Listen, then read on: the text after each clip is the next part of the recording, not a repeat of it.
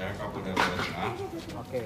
didampingi oleh Kapolres, Sukoharjo, Pangdandim, dan Ditkrimum, bahwa telah kita ungkap tindak pidana pembunuhan berencana dan tindak pidana yang terjadi TKP di halaman toko material Sukoharjo yang terjadi pada pukul 22.30, di mana mobil Xenia warna abu-abu terbakar.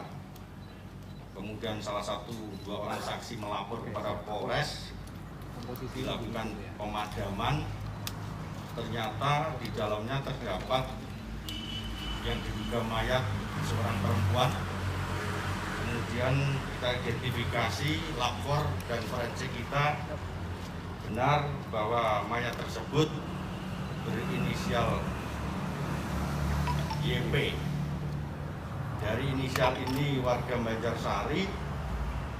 Kemudian kita melakukan olah TKP, dibentuk tim 1 kali 24 jam hari Kamis pukul 3 pagi, ulangi Rabu pukul 3 pagi.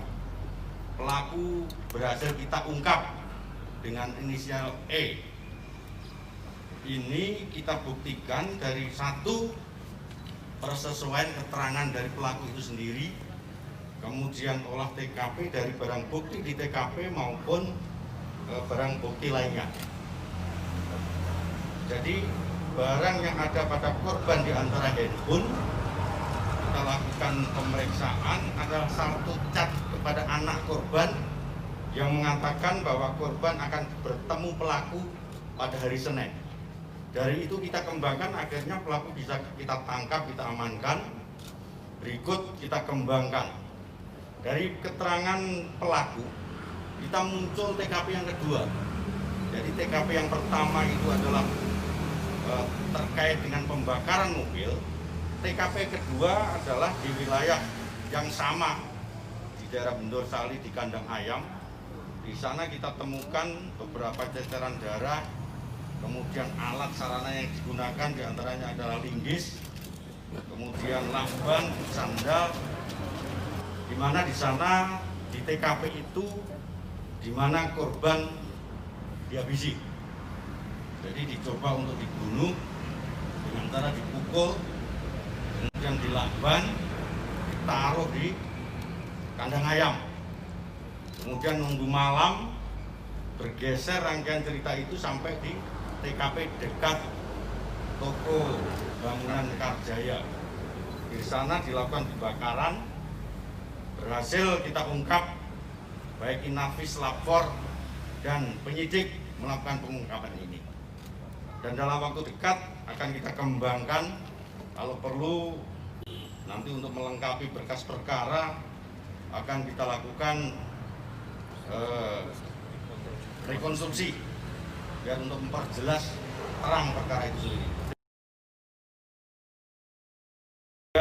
Pelaku mempunyai utang kepada korban 145 juta, dengan harapan kalau dia menghabisi korban dia tidak punya utang, sehingga gelap mata untuk menghabisi daripada korban itu sendiri.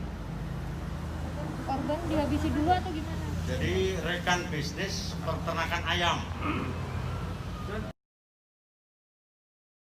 banyak 2 kali, kemudian diseret dan dilakban. Di antaranya barang bukti yang kita gunakan ini adalah kaos yang dipakai korban, ulangi pelaku, dan handphone. Bahkan ada surat, dikuatkan dengan surat perjanjian dari yang bersangkutan antara korban dan pelaku. Bahkan pelaku sempat minta PIN.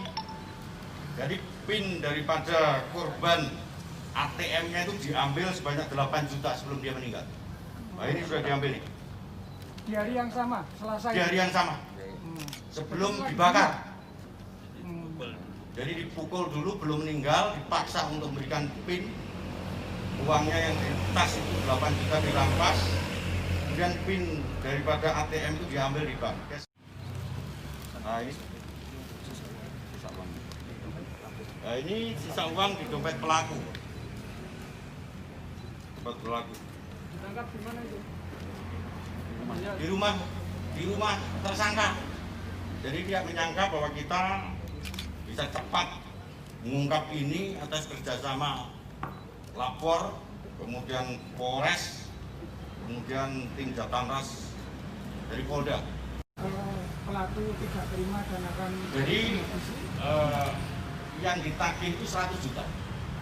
Jadi hari Rabu itu ditagih 100 juta, mungkin dia gelap mata. Tetapi bukan gelap mata ya, dari nanti perlu pendalaman dari para penyidik. Yang jelas alat itu sudah disiapkan. Jadi lakban, kemudian linggis, ini sudah disiapkan lebih dulu. Direncanakan ya. Artinya ada perencanaan di sana, makanya pasalnya adalah 340. Oke, jelas ya? Korban itu